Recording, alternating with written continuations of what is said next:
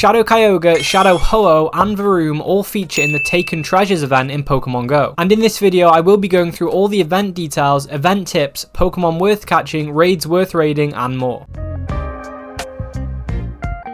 The event begins on January 27th at 12 AM and ends on February 1st at 11:59 PM local time. For the bonuses, Team Go Rocket will be appearing more frequently at Pokestops and in balloons, and you'll be able to use a Charge TM to remove frustration from your Shadow Pokemon. I will be going through some meta Shadow Pokemon later on in the video, so this might help you pick which ones to prioritize your Charge TMs on. Giovanni is back for this event, and he will have Shadow Kyogre for the first time in Pokemon Go, and it is catchable. The last part of the seasonal special research story will be unlocked from the start of this event, and you can progress through the tasks to get a Super Rocket Radar and challenge Giovanni. You can claim this seasonal research if you haven't already until March 1st, 2024 at 10 AM local time. So Shadow Ho-Oh will be making its 5-star Shadow Raid debut, and it will appear in raids from January 27th at 6 AM till January 28th at 10 PM local time, and it can also be shiny for the first time in Pokemon Go. So Team Rocket Grunts and leaders will be using different Shadow Pokemon during the event. These haven't been announced at the time of making this video, but when I do know the lineup, I will be making some video guides for beating the leaders and Giovanni, so if you need help beating them, you can check those guides out. There will be new Shadow Pokemon for the event: Shadow Corphish, Snorunt, Chimchar, Piplup, Croagunk, Dwebble, and Ferroseed. For the raids, in 1-star raids will be Alolan, Rattata, Meowth, and Grimer, and Galarian Zigzagoon. In 3-star raids will be both Weezing, Tyranitar, and Bombardier. In 5-star raids will be Therian Landorus, and Mega Steelix will be in Mega Raids. In 1-star Shadow raids will be Alolan Sandshrew, Murkrow, Pineco, and Croagunk. In 3-star Shadow raids will be Scyther, Skarmory, and Golett. In 5-star Shadow raids, as mentioned previously, will be Shadow Ho-Oh. Varoom will be making its Pokemon Go debut during this event, but you can only get it from 12km eggs, which you get from defeating Team Go Rocket leaders. You can evolve Varoom into Revavroom with 50 candy. So in field research, you will be able to get tasks that will reward you with mysterious components, charged and fast TMs, and event-themed encounters. These encounters will be Ekans, Zubat, Koffing, Paldean Wooper, Hisuian Quillfish, Poochyena, Sableye, Croagunk, Scraggy, Mareanie, Bruxish, and Nimble. Those of these Pokemon that are shiny eligible will have a greater chance of being shiny than those found in the wild, so if you need any of these shinies, now would be a good chance to get them. I will be going through the meta relevances of these Pokemon and the Pokemon from raids later on in the video. There will also be event themed showcases throughout the event, so keep an eye out for those. There will be a Team Go Rocket box for $10 on the web store that will get you 7 Rocket Radars, 7 Battle Passes, 7 Ultra Balls, and 7 Silver Peanut Berries. In the in-game shop, there will be a 300 Pokecoin bundle that'll get you an Incubator, a Rocket Radar, and a Battle Pass. And there'll be a $5 timed research that'll get you Stardust, XP, 1 Incense, 1 Incubator, 3 Silver Peanut Berries, event-themed encounters, and an event-themed avatar pose. I wouldn't really recommend buying that research unless you want the avatar pose. So that's all the details. Let's have a look at some tips that can help you make the most of this event.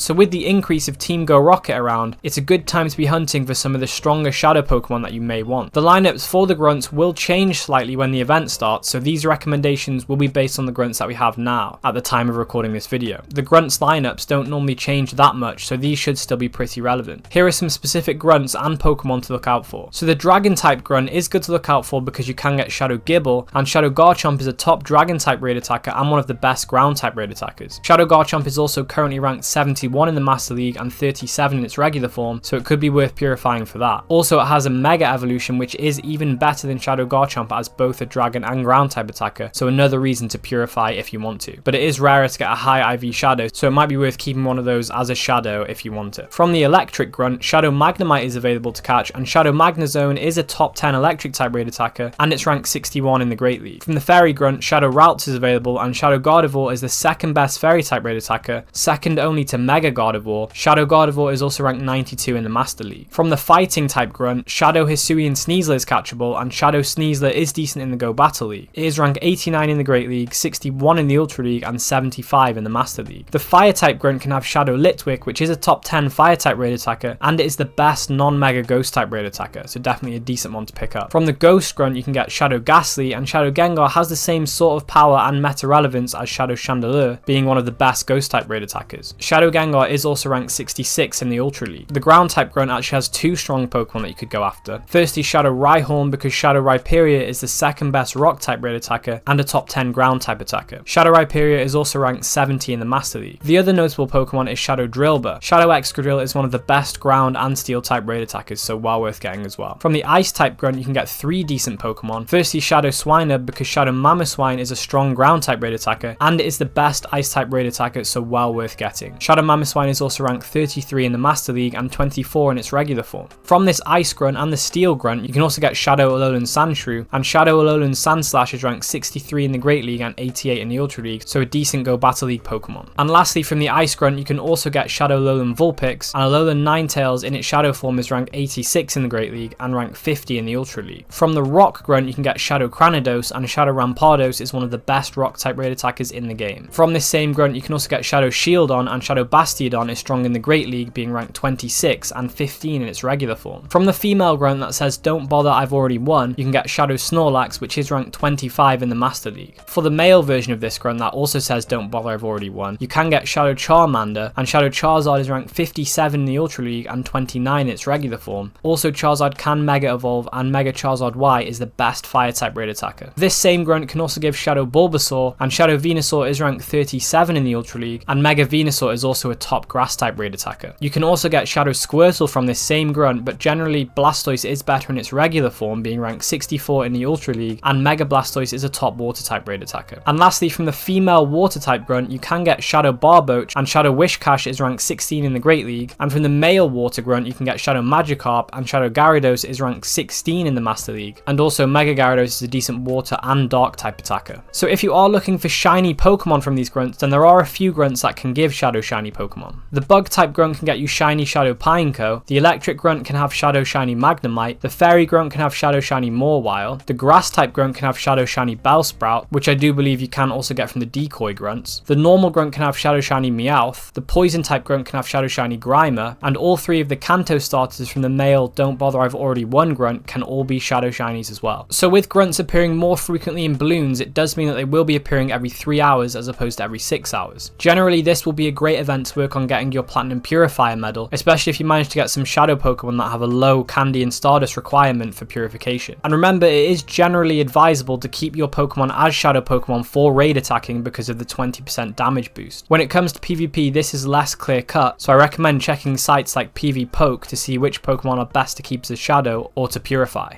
So being able to remove frustration is super helpful in this event and well worth taking advantage of because it doesn't come around that often. So I would recommend removing frustration from as many of your Shadow Pokemon as you can. You may not have a lot of charge TMs, so I do recommend using them on Shadow Legendaries and other meta-relevant Pokemon like the ones I've mentioned previously. So with that said, let's take a look at which Pokemon are worth catching from field research during the event.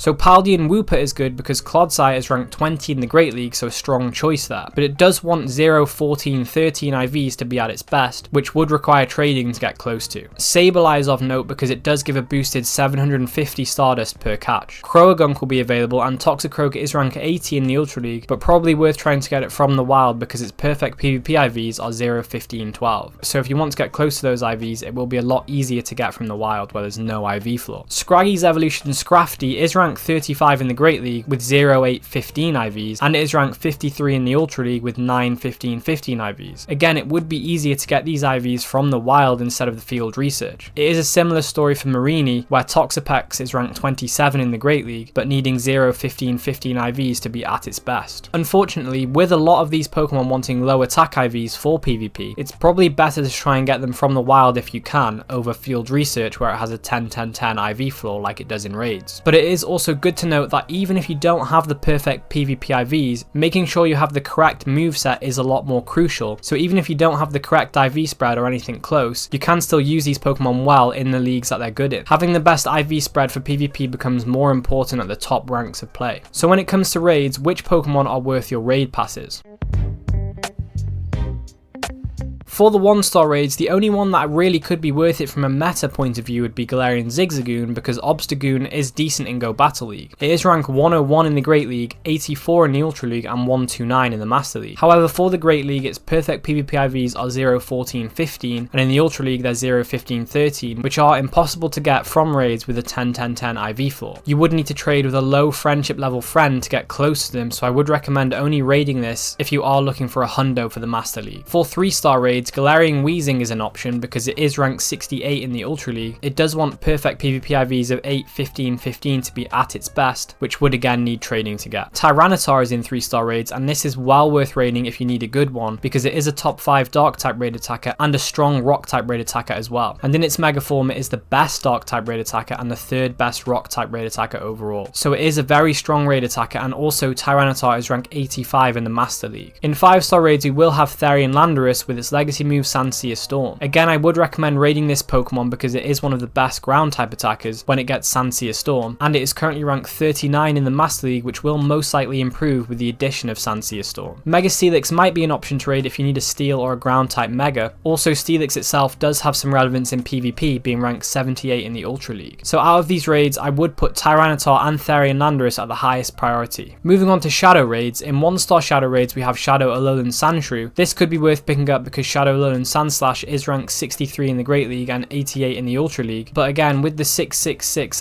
IV floor of Shadow raids, I would recommend trying to get this Pokemon from Grunts instead, where there is no IV floor. Shadow Murkrow is an option because Shadow Honchkrow is a top 10 flying type attacker. In 3-star raids, Shadow Scyther is worth going after if you need a bug type raid attacker, because Shadow Sizzle is a top 10 bug type raid attacker, and you could also purify it to get a Sizzle that is able to Mega Evolve, because Mega Sizzle is an even better bug type raid attacker. Shadow Skarmory might be worth considering for Go Battle League, because it is ranked 40 in the Great League, but ranked 7 in its regular form, and it is ranked 30 in the Ultra League and 16 in its regular form. Again, there is an issue with the IV floors for the Great League, but Shadow Skarmory in the Ultra League wants hundo IVs of 15, 15, 15 to be at its best, which is more likely to get. Getting a Shadow Skarmory and purifying it for Ultra League is probably the best play here. If you don't have many good ground type attackers, then Shadow Golurk could be worth going for because Shadow Golurk is a decent ground type raid attacker. And for the 5-star Shadow raids, Shadow Ho-Oh will be worth raiding because it is a decent fire type raid attacker, but also it is one of the best Pokemon in the Master League. Shadow Ho-Oh is currently ranked 11 in the Master League and ranked 6 in its regular form, so you could even raid Shadow Ho-Oh to get one to purify for the Master League if you wanted to. Plus, the purification will help you get to the hundo with adding +2 to all IVs. So there are other events coming up in Pokemon Go after this event, and if you want to know more about these, then you should check out these videos next.